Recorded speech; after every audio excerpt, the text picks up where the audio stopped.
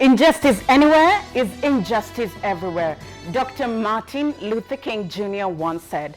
That's not all. He went on to say that a time comes when silence is betrayal. This week on Metropole Debrief, we are breaking the silence on police brutality, bringing the conversation on extrajudicial killings from the protest in the streets to mainstream media, questioning the use of excessive force and the basic fundamentals that have made it possible for the police to operate and get away with impunity. We have seen you, we have heard you, and on this episode of Metropole Debrief, we are giving your voice a platform. Hello there and welcome to Metropole Debrief. My name is Ndero Ganga. It's very painful. Wametuchukulia mwenye tulikuwa tunategemea hapa kwetu. Na hata sio sisi kama family, as a community in whole. The tears of a mother writhing in pain over the loss of her son. It was supposed to be an ordinary Christmas for David Maina, a 22-year-old student of the prestigious Leeds University pursuing a degree in electronic engineering. Maina's love for football earned him a scholarship at the UK college soon after clearing his high school education at the Maseno School in 2013, where he emerged with a plain A. Maina had made his way back to the country from West Yorkshire to be with his family during the festive season. However, on the 21st of December 2018, Maina was shot and killed in Line Sabah, Kibra. The first bullet was to his ankle. The officer is said to have cornered Maina between two stalls before shooting him in the chest, stomach, and face as the student pleaded for his life. As he crawled towards his mother's house, a house just 50 meters away, still insisting he was not a criminal, two bullets ripped through his chest, leading to his death. So mwenye aliua Maina tunataka atuambie alimuua kwa nini? Walikuwa nasema alikuwa anaiba, aliiba nini kwa sababu hakutuonyesha kitu alikuwa anaiba. Wanakupiga risasi badala ya wachunguze kwanza wajue wewe ndio uliiba ama wewe si mwizi. While Maina was laid to rest, 2 years later, his family has been fighting for justice, and on the 13th of April 2020, DCI detectives arrested Police Constable Emmanuel Ambunya, who is attached at the Kenyatta National Hospital. This follows completion of an inquest into the murder of the student. He is now facing murder charges. However, extrajudicial killings of young men from slums did not stop with Maina. Over the last 2 years, many more murders have gone both reported and unreported, and residents of informal settlements took to the streets to voice their concerns. Kwa mama wa kutoka vitongoji duni zote, Kibira, Kawangware, Dandora, Kayole, kila pahali, wamama tumesema enough is enough, enough is enough. Hatutaki kuomboleza maafa ya watoto wetu kupitia serikali ya Kenya, kutokea police killer ambaye anajulikana kwa majina na hawezi chukuliliwa hatua yoyote. Wanaua wananchi na vijana kama mende, na rais amenyamaza, Matiang'i amenyamaza.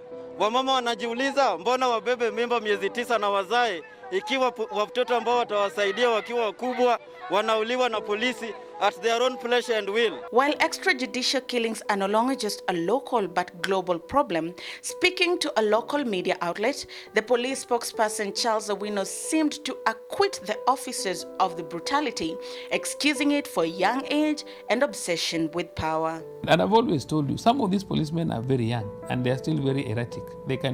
They can easily get drunk with the little power they have and do very wrong things. So there was nothing wrong for the head of state, on behalf of his citizenry and on behalf of his policemen, to apologize to members of the public. When all is said and done, Maina's mother joins an array of parents who have shared the first year over the murder of the children, but certainly not the last. Brutality is the order of the day in the police force. In Kibra, a shining star has faded. A botched electronic engineering degree from Leeds, Maina, 6 feet under, a bullet to his ankle, another to his chest, another to his stomach, and the final one to his face, spending his last breath begging for his dear life. For Metropole TV, Amondero Oganga. Quite a sad story. No words can ever make up to the loss that some of these families have gone through and even the injuries that some have sustained in the hands of the police. However, let's go through some of the most notable killings by the police in the country in the last 3 years. And we begin most recently with James Mureithi, aka Vite. Now, on the 2nd of June 2020, human rights activist Boniface Mwangi took to Twitter to share a graphic video of a man shot by the police. In the tweet, Boniface Mwangi says the body of a homeless man Kenyan police executed lies in allies in Mathare slums.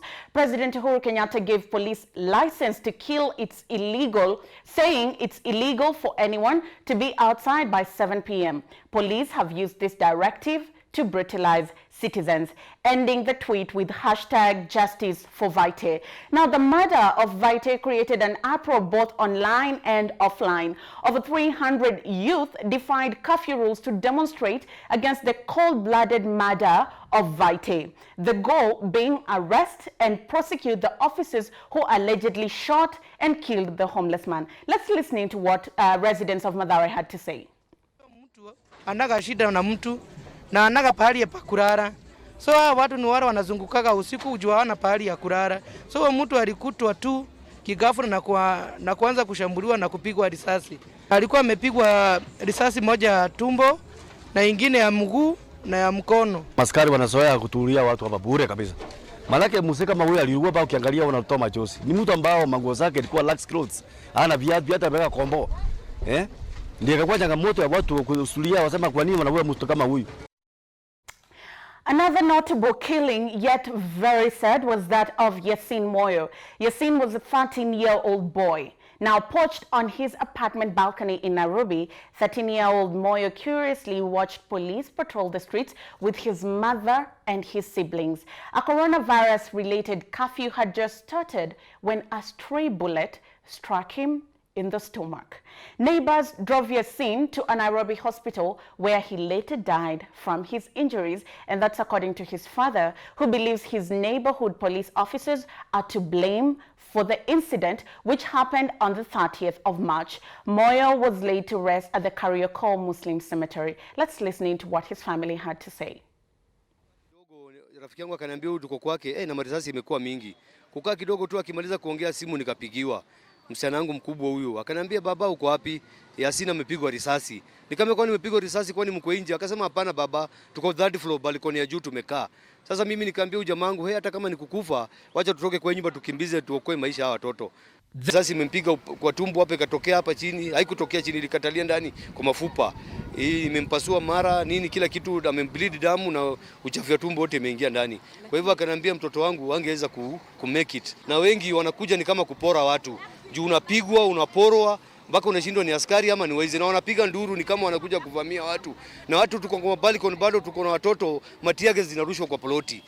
Well, quite a sad narration there. And just the latest development on the shooting of Yasin. On the 2nd of June 2020, the Director of Public Prosecution has approved, or rather approved, the arrest and prosecution of Police Officer Duncan Diema, who is rather alleged to have shot Yasin, and the case will be taken to court. However, brutality does not stop there. This gentleman, Samuel Maina, did not lose his life, but this is what happened to him. Now, his alias is Mike, and he is a barber who was brutalized by police officers who also allegedly, listen to this, stole from him. Minor said that the police started chasing locals early as 6:45 p.m. as they brutally killed them. Now, as we can remember previously, before the president reduced curfew hours, the curfew would begin at 7 p.m. He was on his way home, and he says, "This forced me to hide in a place until the situation calmed down, and I went on walking to my house." Minus says that were it not for the early ambush by the police, that's at 6:45 p.m., he would have arrived home just in time before the 7 p.m. curfew. Now, at 7:30 p.m., he met a group of officers who confronted him and started assaulting him. Minus said that the officers made away with his phone and ordered him to go home. Look at this man. The following day, he went to report the matter at the Kahawa West Police office post rather, and he says that he was chased away. Let's listen to what Maina had to say. Nimeona mmoja sasa, huyu mwingine tulipatana akaniambush akiwa karibu, akanipiga tu na rungu, nikaanguka nikapoteza fahamu. Nikaomba P3 sababu nilikuwa nimeadhirika sana, pia hiyo akaninyima. So hata saa hii venye tunaongea mimi bado sina P3, siendi job. Saa hii hata kuishi siishi kwangu sababu like I feel I'm being threatened. I'm here to know my fate as a victim and what will come. He's yet to know his fate as a victim and what will come. Maina says he knows those who assaulted him. And when he went to look for a P3 form, he was chased away and they said he was a madman. Now, if you think this situation is gory, you can go to the Twitter page of Boniface Mwangi and see the raw video of the man at Kenyatta National Hospital. Then you'll just understand the extent of the assault that the police committed against the man. Now, with new cases of police brutality coming to light every single day, Independent Policing Oversight Authority, IPOA, says preliminary investigations, that's from after preliminary investigations, 15 deaths, 15 and 31 incidents where victims sustained injuries have directly been linked to actions of police officers during the curfew enforcement. The authority is currently investigating about 87 complaints, which include deaths, shooting, harassment, assaults resulting to serious injuries, robbery, inhumane treatment, and even sexual assault. And from the package earlier on, the police boss, when asked, he tries to acquit these officers of these charges that they're being accused of aggravated assault, murder, sexual abuse by saying they're young and drunk with power. After the break, we address the force in the police, why we have not seen change so far, and what must be done to create a complete overhaul of a system that is thriving on impunity. See you shortly.